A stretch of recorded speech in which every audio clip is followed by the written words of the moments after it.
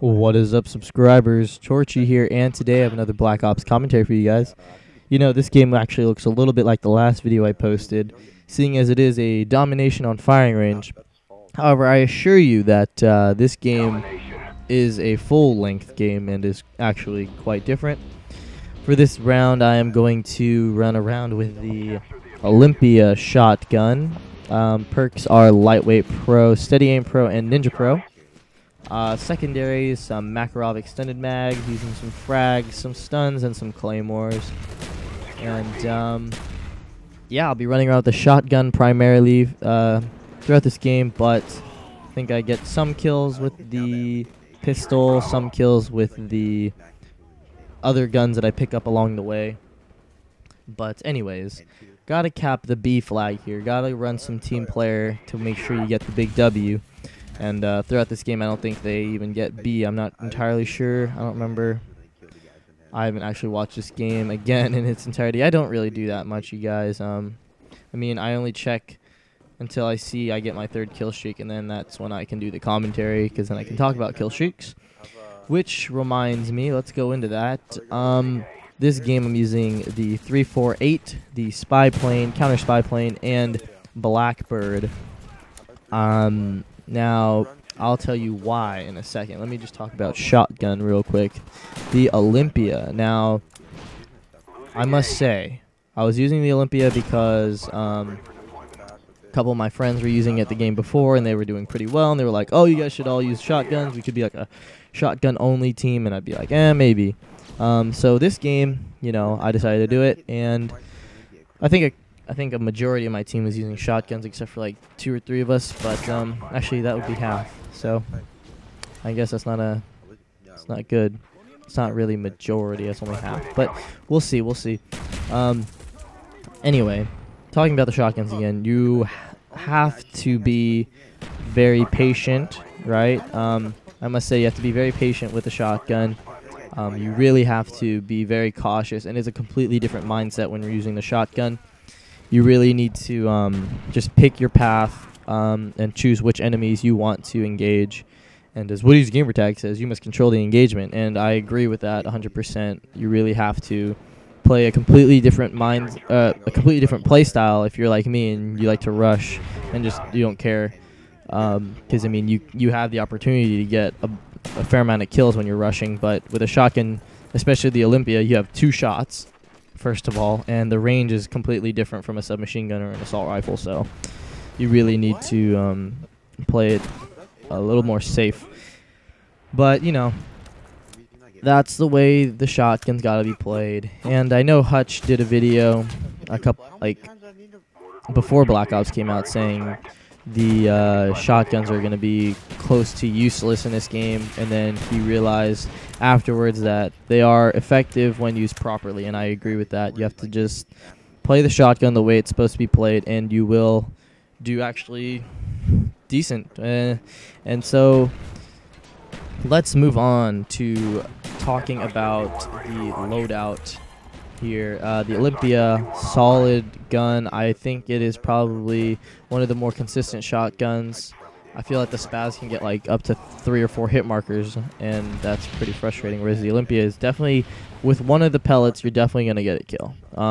Unless of course the guy like drops in a final stand or something like that, and that's always frustrating. But with that aside, in general, you're good.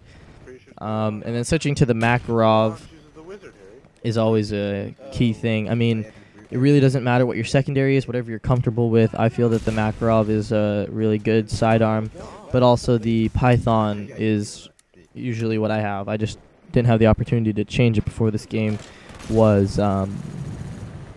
started. So, and perks here are lightweight, steady aim, and ninja. Lightweight, of course, to be able to get from point A to point B faster. Especially with the shotgun, you can evade getting shot, and the pro just allows you to like get out of these situations by jumping out of buildings and stuff. But you know, not really much to jump out of in this map. And then let's talk about some steady aim pro. Obviously, steady aim is good for a shotgun. It is. I don't know how I didn't kill this guy. This is a fail. I'm sorry. I completely missed this guy a bunch. I get some hit markers, and I just decided to, you know, don't chase. That's one thing you guys shouldn't do in this game is just don't chase. It's definitely better to let the guy go. You'll have another chance at him. So, but yeah, steady aim. Definitely hip fire with the shotguns. It definitely feels to me that if you hip fire, you get more one burst. However, if you need that range, I think that if you, I'm not entirely sure. Don't quote me on this, but I just feel just when I'm playing with a shotgun, if you zoom in, you get a little bit more range on it. But that's just me. I don't know if that's like proven or not. And here's where, like, I could have gotten away, but of course, the lag.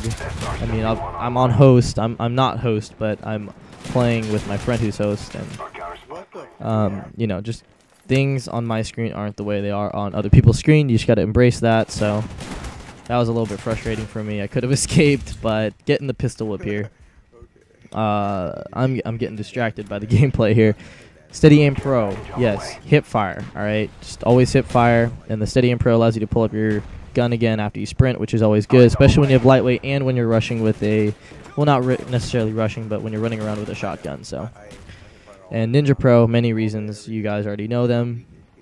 Just, I don't like hearing my footsteps. Let's put it that way. All right. Claymores. I feel that Claymores are really a good equipment to use. You can change it out for motion sensor. That's actually quite good too. But in this game, I liked Claymores. And I just feel that Claymores are just a free kill, which gets you towards a kill streak. So, yeah. Talking about the kill streaks, I'm using Spy Plane, Counter Spy Plane, and Blackbird. Spy Plane is always a must when running around in general, and I feel that Spy Plane is always a solid kill streak to run at all times, just because you get that 3 kill streak, you're good. You know where they are unless they have Ghost, which, I mean, yeah, there's people that run Ghost, but for the most part, there's at least a good 3 people, maybe like half the team isn't running Ghost. Most of the time, that is. And then, so that can help you get to your next kill streak. So, yeah, definitely run Spy Plane because you want to at least know where they are. Getting the counter Spy Plane is crucial, too, because you don't have a silenced gun unless you're using, like, a silenced spaz or something. But still, they won't know where you are, where your team is, and that's always good to know. Or that's always good as a distraction. And then, of course, the Blackbird is just amazing. It is... Whew, it is the best kill streak, I think, in a Call of Duty game. Cheeky no-scope. Getting the Nosk. Grizz. Optic. Grizz. Nosk. Elite. Hacksaws. But anyway. Moving on. Already talked about the kill streaks. Let's see. Oh, and a little pro tip of the day. It's not even a pro tip, but I'm going to call it that if I have a good tip for the game. Switch out your pistol for like the first gun that you see, maybe not the first, whatever you feel comfortable using. Switch it for the first comfortable gun that you see. You see here that I switched my Makarov for the 74U as I get a nice fail. No comment again. I think I got a fail there too, and that was just embarrassing. But that's the game, 23-3. Hope you guys enjoyed. Give it a comment and a thumbs up. If you liked it, I always appreciate the ratings and comments, and I will respond to any comment that needs a response. So yeah, that's the game. Torchy. Peace.